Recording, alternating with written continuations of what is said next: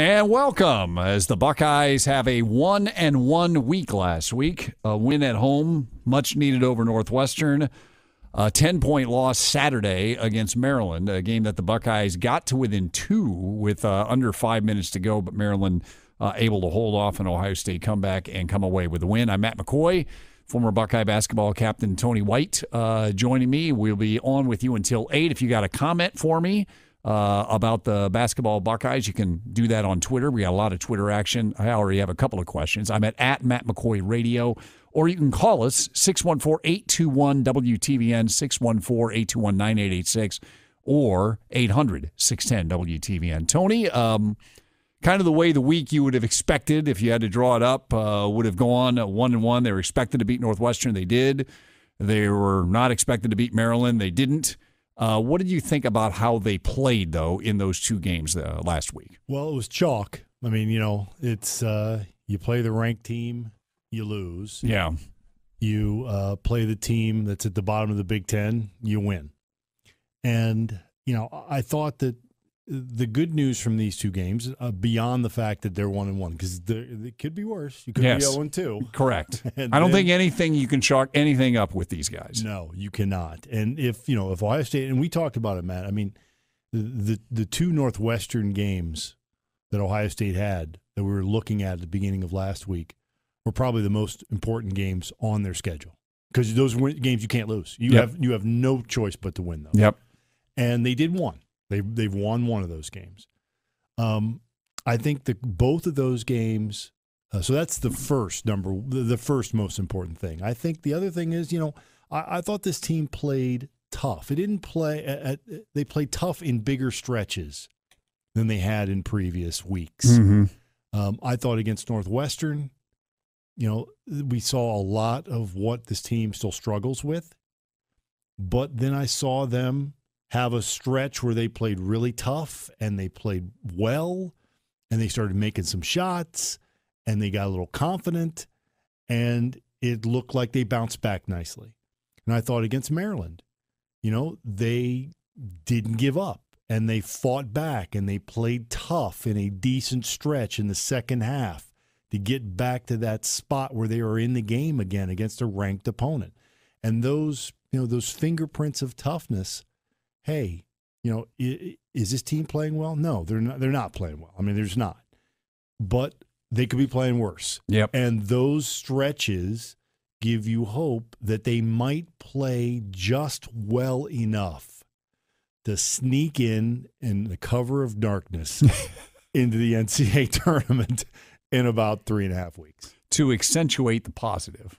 And I'm going to try to accentuate the positive. I went to the Northwestern game, and the first half was, as you like to say, eyes bleeding bad. It was bad. Now, they led at the half, but it was a lot of what we had seen with their offensive struggles from the week before, where they scored 100 points in 2 games. I mean, they had 24 points at halftime.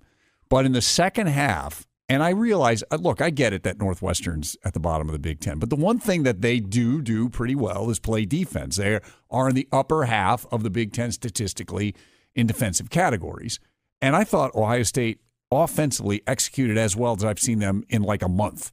They shot 53%. They had 12 assists and 1 turnover in the entire second half. They assisted on 12 of 15 baskets in the second half. They were moving the basketball, and I felt like that was, hey, that's something to build on. And right now, when you've had a lot of ups and downs like this team and you're on the bubble, you need to build on stuff. And I didn't think they totally lost it against Maryland. Now, a lot of it had to do with Maryland just being better than they were, but I thought they kind of hung in there. So I'm hopeful, Tony, with a ranked team coming in tomorrow night, and we talk about the Northwestern games being big. This Iowa game, they got to win these home games, and they got to start beating a ranked team. That maybe, just maybe, they'll have enough confidence to go in there and get it done against Iowa. Maybe. Look, I'm trying to accentuate the positive. I'm telling you. Look, I get it, but, when you scratch behind the surface of this team, you just see so many negative signs. I mean, so many red flags are popping at you when you look at this team. I mean, take the Northwestern win. I agree with you. Everything you said in about the second half performance, it was a lot better than it was the first half, which is positive, and that's good. But when you look at the stats and you start critically evaluating that win, you see, okay, I had 5 starters out there, obviously, and you had 14 points from your 5 starters who were not named Caleb Wesson. Mm-hmm. How many times are you going to win a game? Yeah, they had 27 bench points in that game. I mean, how many times are you going to win a game when your starters have 14 points? Mm-hmm. Nobody else in double figures besides Caleb Wesson against Northwestern. That ain't good. I mean, it's hard. It's going to be hard when you have to go up a level, 2 or even 3 levels in talent-wise beyond Northwestern and try and win those games. Well, you look at Maryland, a huge step up in talent. What did they do to Caleb Wesson? They held him to 7 points and 3 of 12 shooting, and Ohio State loses. Right. Now, they did get a big game out of Dwayne Washington, who had 15. And Andre Wesson played well at 13, but it's going to be hard for Ohio State to win games in the Big Ten with Caleb only scoring 7. Right. I mean, this team, it looks like it's stuck on its good nights in the 60s. And on bad nights, it can be as low as the 40s, as we've seen. Yep. And it's hard to win Big Ten games scoring 60-some points a game, especially when you start talking about, the Iowas of the world who are scoring 75, 76, 77 points a game. Purdue, who's getting Carson Edwards playing well and scoring, 70, 74 points a game. It's really hard. It's really hard when you look at this Ohio State team to go, how would they score 70 points? Mm-hmm. I'm not sure. Everything has to go really well for this team to score 70 points. Things have to happen serially well. You can't just be kind of lucky with one couple players. Everybody's got to be on right now for this team to score 70 points, and that's a tough recipe for a team that hasn't shown the ability, I think, to dominate and win a game defensively since probably early December. Mm-hmm. You can tweet at me. I'm at Matt McCoy Radio, at Matt McCoy Radio, and I've got a couple right here. Jonathan asked the question, what has happened to Luther Mohammed? Really seems to be struggling offensively. I do like that Dwayne Washington seems to have picked up the slack, but need Luther to play better. Luther Mohammed last week, I'm looking at the Northwestern game, 0 for 4, had 2 points on 2 free throws. And against Maryland, 1 for 8, 3 points. And the week before was just as ugly. Yeah, don't forget those 3 turnovers against Maryland. Let me say, before we talk about this, because I am waving the flag at the front of the Luther Mohammed fan club. I love the kid. I still love the way he plays. I mean, it's not a lack of effort, but we touched on it a little bit last week. Tony, has he hit that wall? It's brick wall. Meet Luther Mohammed, and they are now one. I mean, Luther Mohammed, you can see that the season is wearing on him hard. Doesn't mean he can't bounce back and have, a good week or a good couple games, or maybe even stretch some thing, pull some things together and have serial games well. But right now, I mean, he's hurting out there. I think mentally and physically the kid's tired. And, when you have 3 points and 3 turnovers and you're the point guard on this team, really. Especially, when CJ was out, it was Keyshawn, Dwayne, and him that were basically running it. And you just can't do that. You can't. And I think this is the problem with young teams when you have more than 1 or 2 young guys that you're relying on. And you're relying on this whole host of young guys to come in and play well. It really puts a lot of stress. The idea of every game is a big game. And they're talking about this in the locker room, I guarantee you. The coaching staff is saying every game, this is a big game. This is a big game. This is a big game. As a freshman, you start going, when do we get to play the 2-17 team? I know. It's not like high school where you're just going to overmatch somebody, once a week. Right. And maybe you play 2 games against equal talent. Right. And it's just like, oh, cool, I'm going to get my 26 tonight because I know these guys can't hang with me. Yep. He's right now, even if he's not saying it, he's thinking, some part of him is thinking it's on a subconscious level, I need a break. I'm tired. These are big, important game after big, important game, and it's wearing on me. And you can see it, not just in his production, but you can see it in his decision-making. His shots have gotten progressively worse. Is he forcing it? Like, Way I've got to too much. contribute. Yes. I got to get going. Yes. Yeah. And what happens when you get tired mentally is when you're not tired mentally, you trust your game. And your mental game, it finds the right moves and it finds the right ways to do things and holes and passes and drives to make. You don't have to think about it. It just happens. Right. When you get tired mentally, you start to press. You start to miss that. I missed that opening. I missed that pass. Oh, and then some part of you realizes that you missed that opening and you missed that pass, so you start to force it. And now you're starting to, got to get that square peg in that round hole. I missed that one. I got to find one. I got to make one. And you start getting desperate and you start not thinking your way through things because thinking is hard. Yep. And now the wheels start coming off and you have some turnovers and you have bad shots. Right now, Luther Muhammad is a bad shot machine. I mean, he is not taking good shots. When he does get a good shot off every now and then, he's not making them. He is really, really struggling with his game. And I agree with you, Matt. I think he's going to be a great player for Ohio State down the road. It's just right now, this team has been asking a lot out of this freshman. And he's pulling his pockets inside out and saying, guys, I got nothing left. So what do you try to do if you're Chris Holtmann and the coaching staff? Because he's been starting all year. You do need him. I still think he's playing hard on defense, and you kind of need him on the floor for that. But how do you get a kid that may be mentally and physically tired out of it? You got to rest him. I mean, you got to rest him in practice. You got to cut his reps down in practice. Which, by the way, is counterintuitive because as a freshman, he needs more practice at what it takes to be a college. But there's a law of diminishing returns. You give him those reps, and while he might get a little better in this area, he's going to get worse and more worse in this area because he's just getting mentally and physically worn down.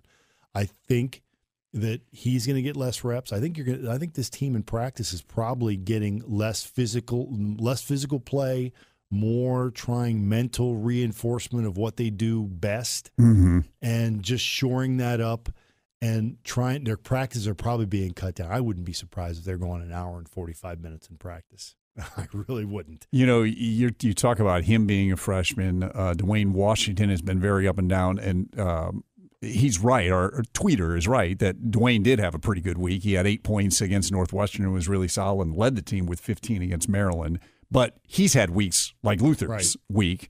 Justin Arns all of a sudden has started to play more and more and has played very, very well. And I guess that's what you're talking about. When you're relying on them at this stage of the season, what you need is, in C.J. Jackson's defense, he's hurt. He hurt his shoulder. We don't know whether he's going to play tomorrow or not. But you need C.J. Jackson. You need Keyshawn Woods. You need Andre Weston. And you need Caleb Weston to be really, really consistent. And sometimes they are, sometimes they're not. And that's, I think, where this team is in a funk at times. That's right, because when those upperclassmen are not consistent, or those guys who have a lot of playing time experience are not consistent, you necessarily have to start leaning and relying on these younger players. And it's okay to rely on a younger player one game here, one game there. When you start relying on them game in and game out, and they start going into the game thinking they've got to produce, they've got to perform, they've got to get out there, or the team's going to struggle, that's when the weight of all that starts to drag those young kids down. When you get to right about now, these are tough days. Late February is very tough in the Big Ten. Mm-hmm. Very tough, because now you're not only and you got to keep in mind, it's not just basketball. I mean, these kids are college students for the first time in their life. Yep. And, the first semester, as a freshman, they try and take it easy on you so you can get in there a little bit and kind of understand what it's like to be a college student. Second semester, you're taking college classes and you're going, holy smokes, and it's cold outside and you're tired. Going on road games and Yes. missing a couple of days of class every Right. week. Yep. And you're studying the back of planes, getting ready for a test you got the next day. I mean, you got a lot of stuff going on for these kids that is not just on the basketball court that pulls them down a little bit. And so, but when you rely on those kids to perform at that level over and over and over again, and you make it clear to them that if you don't play well, we may not win this game, that's a lot of pressure for these kids. I got a question on Twitter from John about the Wesson brothers. Another question that Tony White is just going to love from Randy on Twitter. You can tweet at me. I'm at Matt McCoy Radio. But if you're listening and you want to call us, 614-821-WTVN or 1-800-610-WTVN. Back with more on Basketball Bucksline. We'll get to those questions and more after this on News Radio 610 WTVN.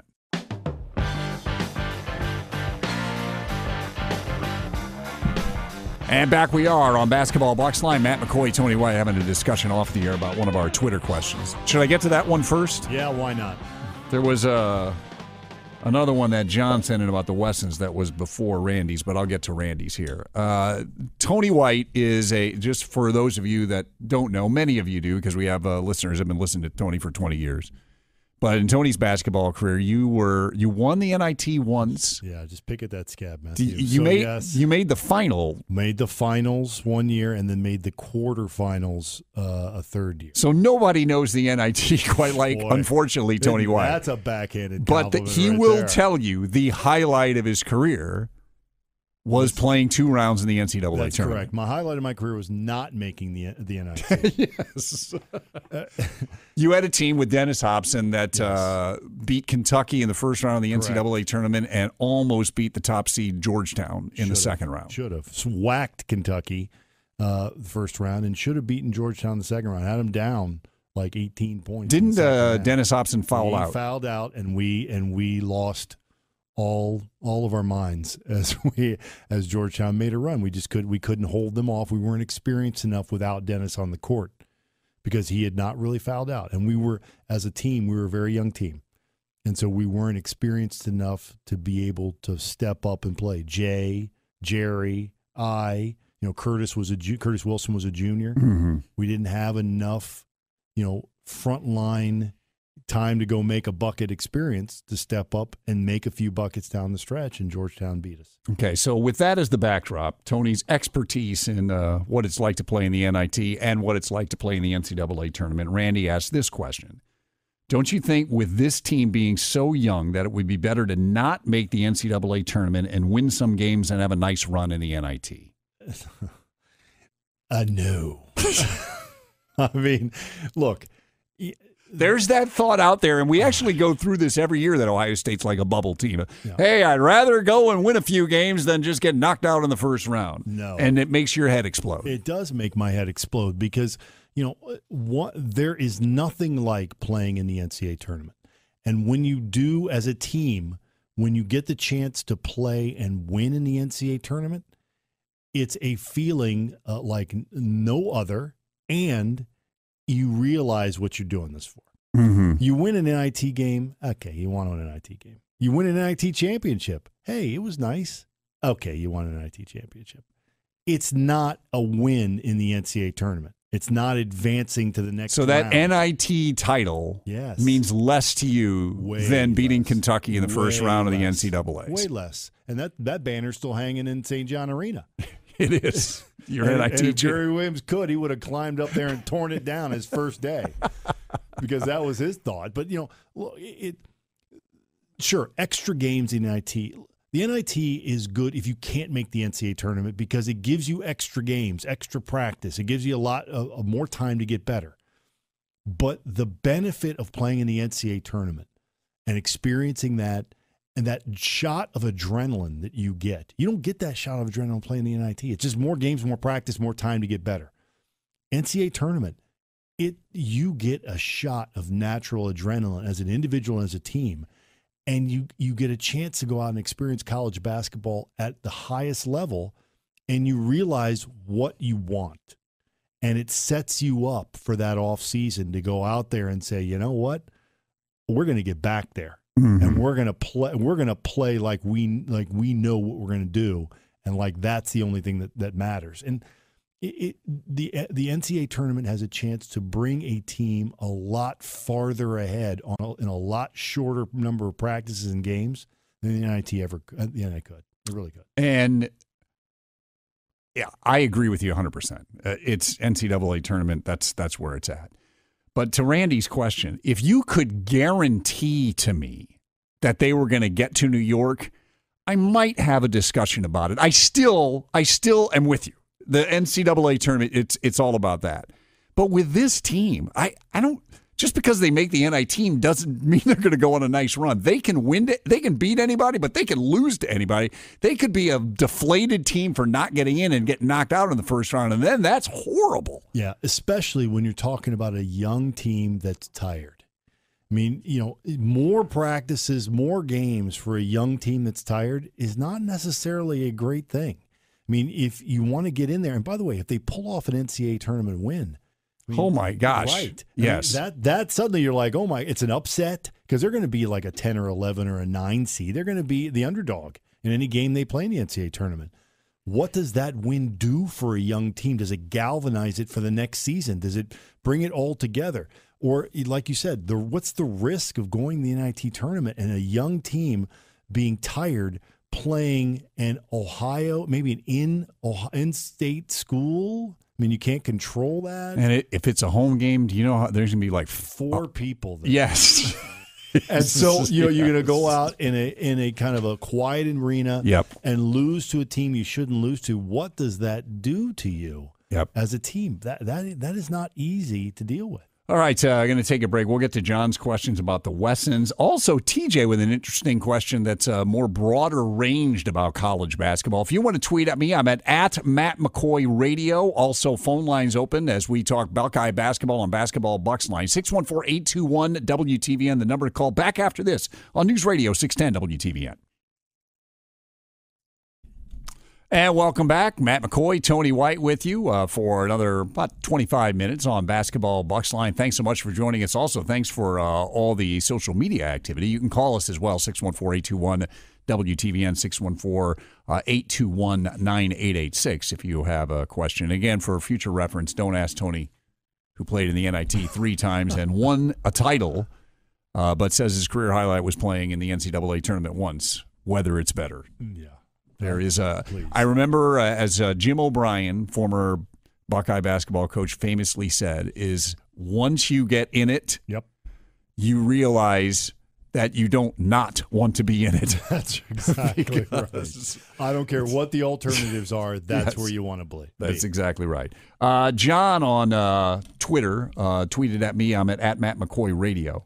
Said, agree with you on the inconsistency. The Wessons are front and center. Seems like they never play well together at the same time. Andre and Caleb. I don't know if they're the most inconsistent. I might look at the backcourt, but they are part of the overall issue. And let me say, Andre, I think, is getting better and better. Yeah. I really do. And Caleb's going to be great. But what is your take on the Wesson brothers that John's asking about? Well, I think Andre's gotten more consistent. I agree. I think Andre's playing pretty well. I mean, Maryland is a great example of that. When he goes out 13 points, you're talking a guy who has only 1 turnover, 4 assists, 4-to-1 assist to turnover ratio for a guy essentially playing the forward spot.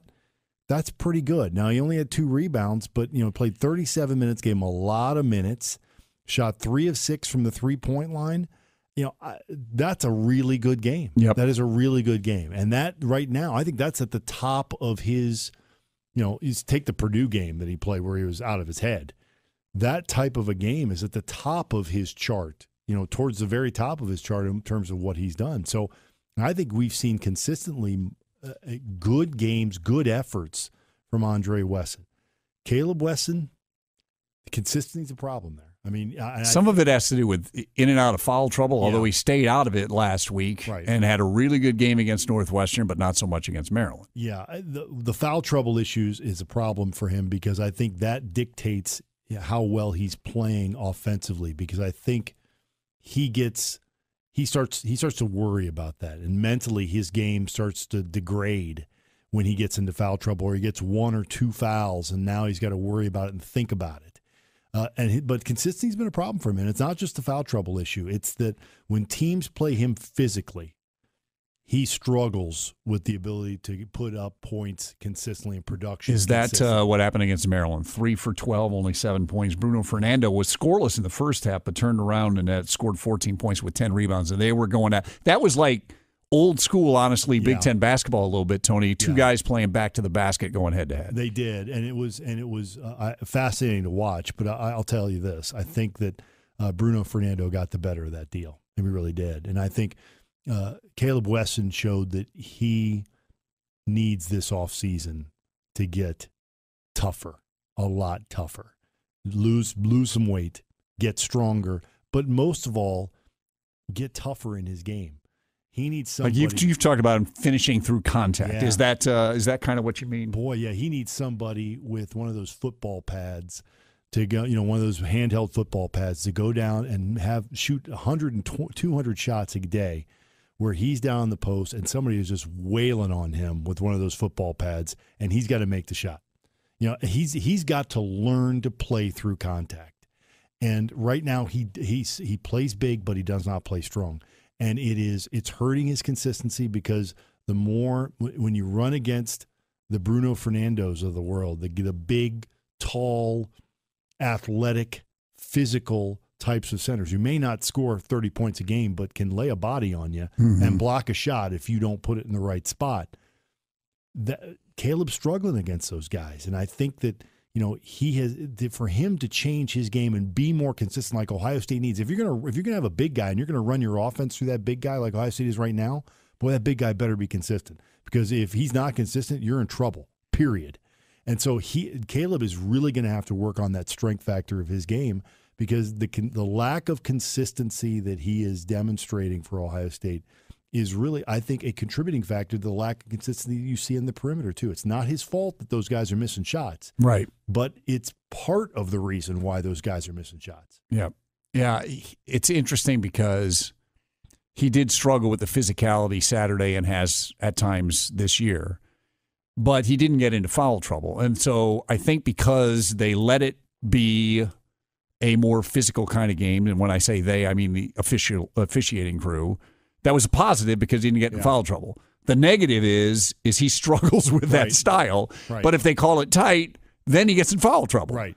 It's like a catch-22. For him right now it is. And I think the only solution is he has to back off defensively. And really Ohio State's got to help him on the defensive end. He's got to get double teams a lot. Guards got to come down and help him, because he's not a guy yet who knows how to play that good, tough post defense without fouling. Mm-hmm. So he's got to back off a little bit so he doesn't get those fouls. Then on the offensive end, he's got to take it to people and play through contact so he can generate those foul line opportunities. And he's not doing that consistently either. So right now, as a sophomore, and again, he's a sophomore, you can see him kind of caught in this vortex of, I'm not good enough here yet. I'm not good enough here yet. But then again, I have really good games, and the expectation level is raised of me because I have a great game. Mm-hmm. And then I can't perform the next game, and I get frustrated. I can't perform to that level because I'm not good enough consistently. That seesaw is not at the right spot consistently, and I think that's leading to his frustration as a young player. Okay, I want to get to TJ's question quickly before the break. Bigger picture question. Curious, would you shut it down if you were Zion Williamson? Duke's player, Zion Williamson, blew his shoe out, hurt his knee. They say it's day-to-day, maybe a week or something like that. He should be okay, but he's a consensus number one pick. Tony, you're Zion Williamson's dad. What do you tell him? That's a different story. I'll say this. Okay, if Donovan were a number one pick in the NFL. That's a different story. I would say this. If I'm Zion Williamson, I'm playing.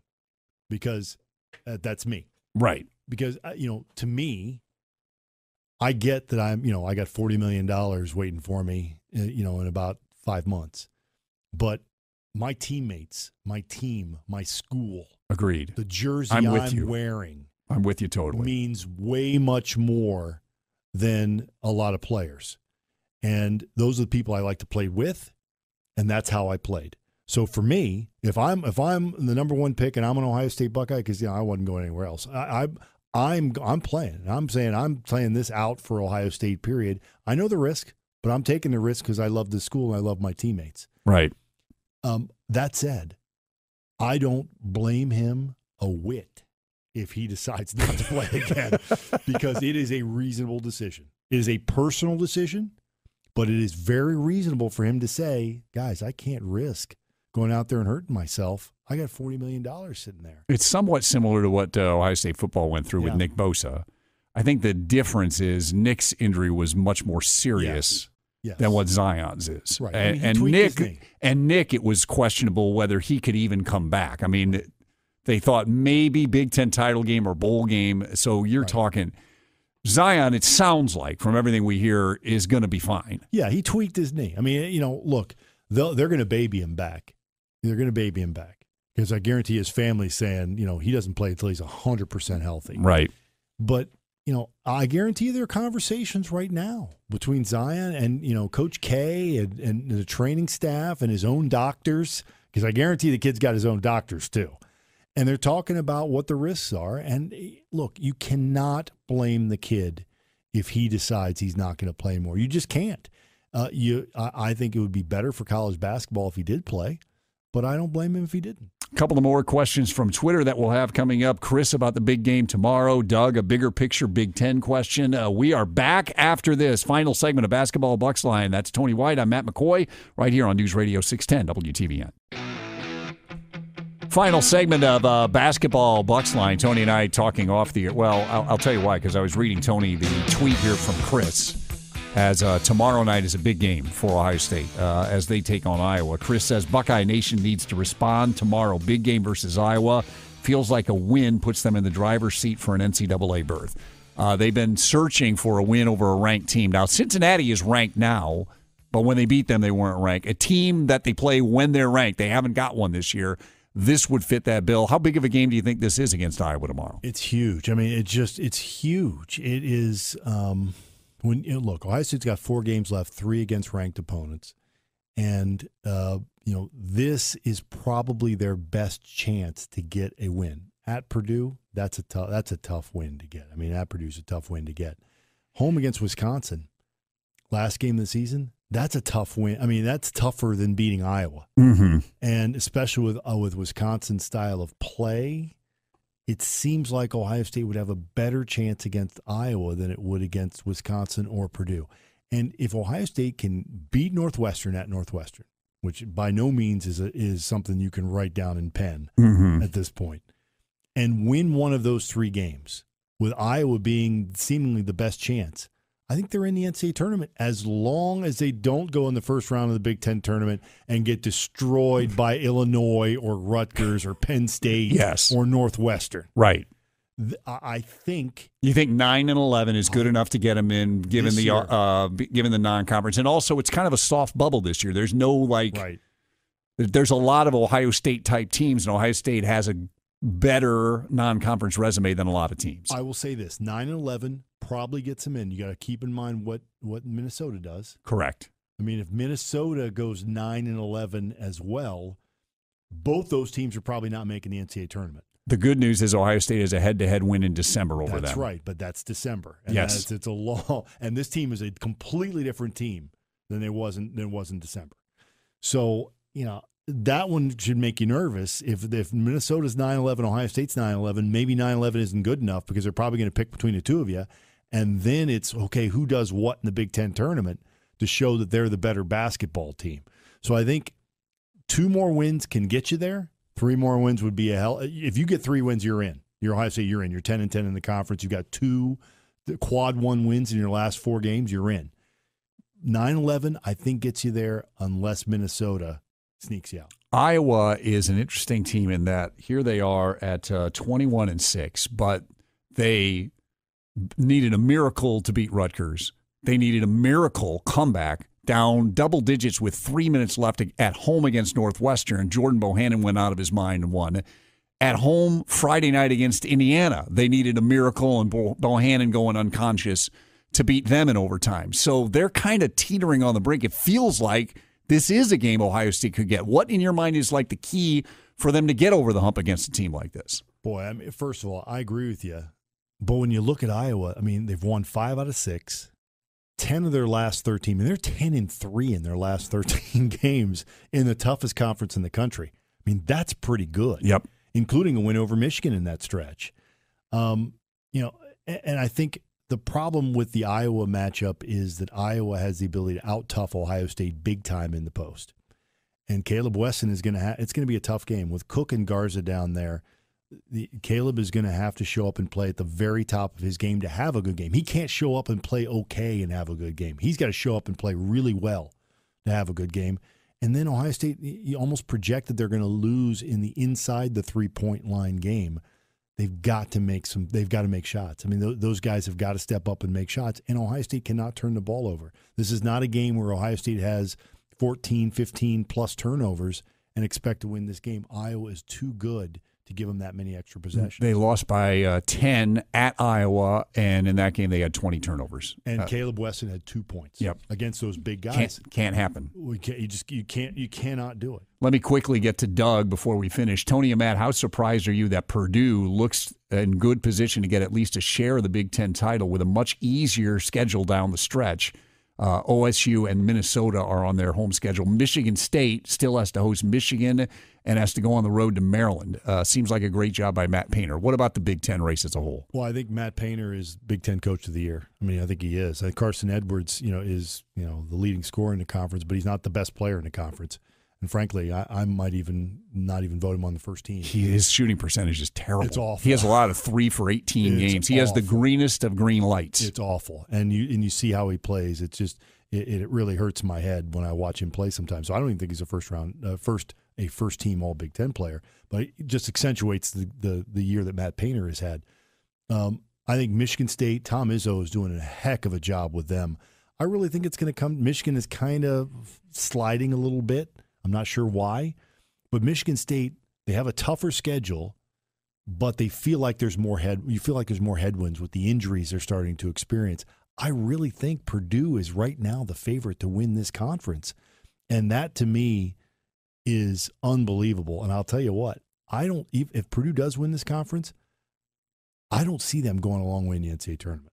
I don't. And that's going to be a bad thing for the Big Ten. You have your Big Ten champion regular season go in the NCAA tournament and go out early because Carson Edwards goes 4 of 34 from the field in a game, and Purdue doesn't have enough firepower to win. I mean, Purdue only has 2 guys averaging double digits. It's Klein and Edwards. Yeah. I mean, that is not easy to win those types of games. Does Ohio State have a shot at them on the road? Now we were talking about the Iowa game to outline that. They do. I mean, look, Purdue's margin of error is bigger than most good teams. So you can get Purdue on a bad night and win the game. The problem is Purdue's got to be on a bad night, and Ohio State has to be clicking on all cylinders to win that game. All right. That is Tony White. I'm Matt McCoy. Thanks so much for all the interaction. We are back with you next Monday to talk about those 2 games, and let's hope it's a good one tomorrow night because the Buckeyes sure do need that big win as they will be taking on the Iowa Hawkeyes tomorrow, and it is a ESPN game, I believe. We are back with you next week on Basketball Bucksline on News Radio 610 WTVN.